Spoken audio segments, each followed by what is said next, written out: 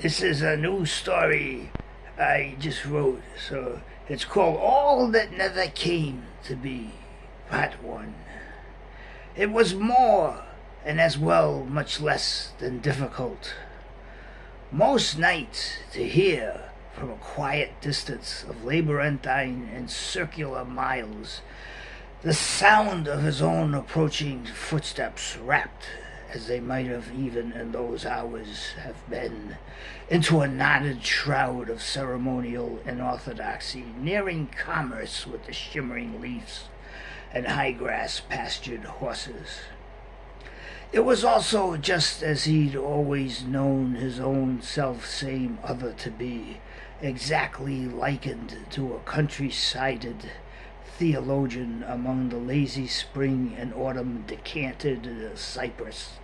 whose arts and sciences were, and always would be self-contained. By and through the very and same long-ago field-laboring hands that had sown into the rich earth's abundant soil the seeds that gave to time its absent continuance, approachability, and transubstantial urgency that none might by and through self-enamored vocation mistake theatricality of mute suffering or indifference to any and all employments in solitary commerce with the land, wrongly or rightly enunciating a need for elemental shelter from protean origins, the thatched hut buildings inanimately vocalizing an occupancy that they'd much sooner than later look back through the process of evolution upon their own earlier becomings. Through the nearby interwoven windows, the native folk there within walking distance, having that much earlier settled, heard and saw their own selves come and go,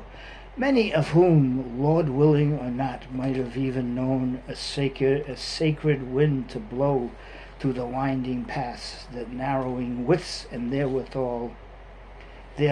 seeming statesmanly enough to drive the blind to sight, encompassing around the night with innumerable doors half open to the ancient-most laws, untold by any and all torch-exchanging governance, lift, without physical effort,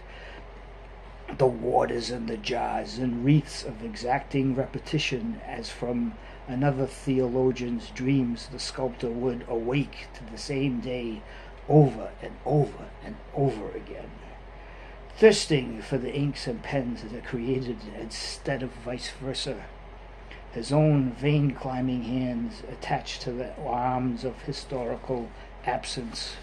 much too soon for the telling thereof to mix reality and illusion into one, as the stone carvers tethered their daily driven oxen to the long anonymity surrounding stream-siding timbers,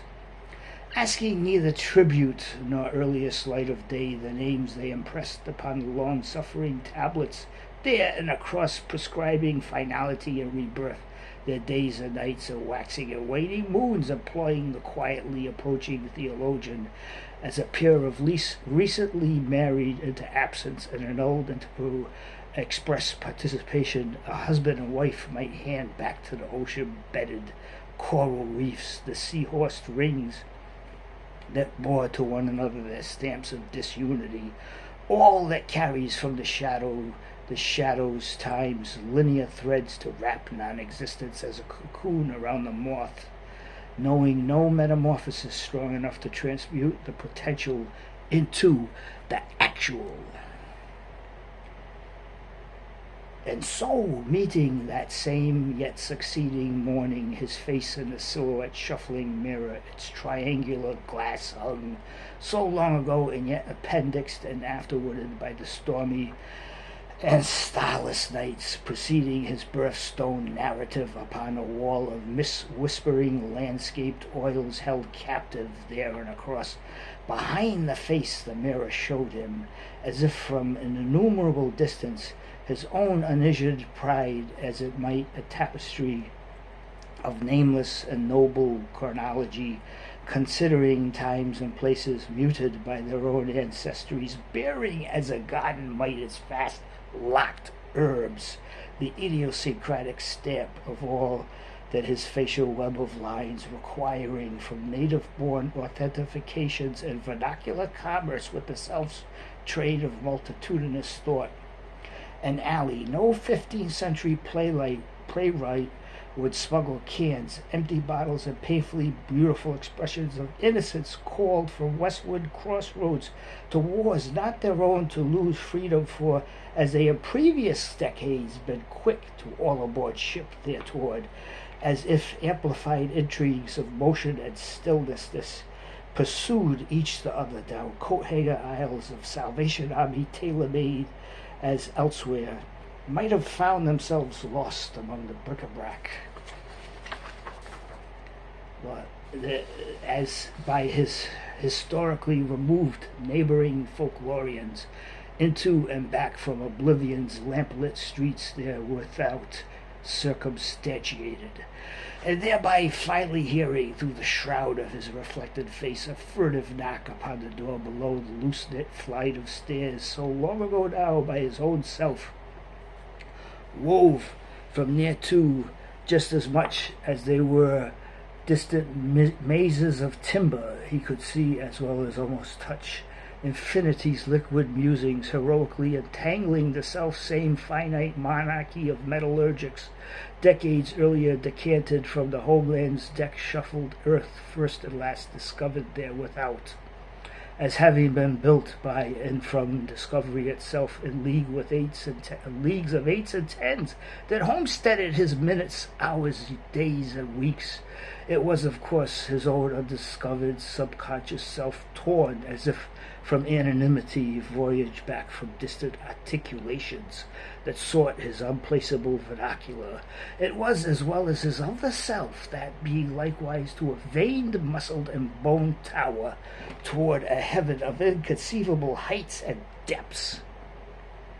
The preceding stories that led him to the present prescribed time now unfolds, sought through the coin-stamped walls, realizing the varicose-veined crossroads of humility and pride. He spilled from a brass-hoofed mule his steps across the volumes of grass turfs that separated him from the folklorians, drawing drink from the fleet-of-foot steam waters near to. The women among them all wore their hair in waist-length braids, were, as men carried back and forth the innumerable planks of whistling wood that would, much sooner than later, house them and their home-educated children who had, in alternate universalities, been their very parents that, giving them birth, now lived in still potential other realities as the parents that had elsewhere given the same folklorians their birth. And looking back, the theologian was mildly surprised to see his own half-silhouetted self spilling his already returning steps anew back upon his brass-hoofed mule, dissolving eventually from view into path-based woodland bird sanctuaries encompassing the village folklorians round, searching as he now was for the door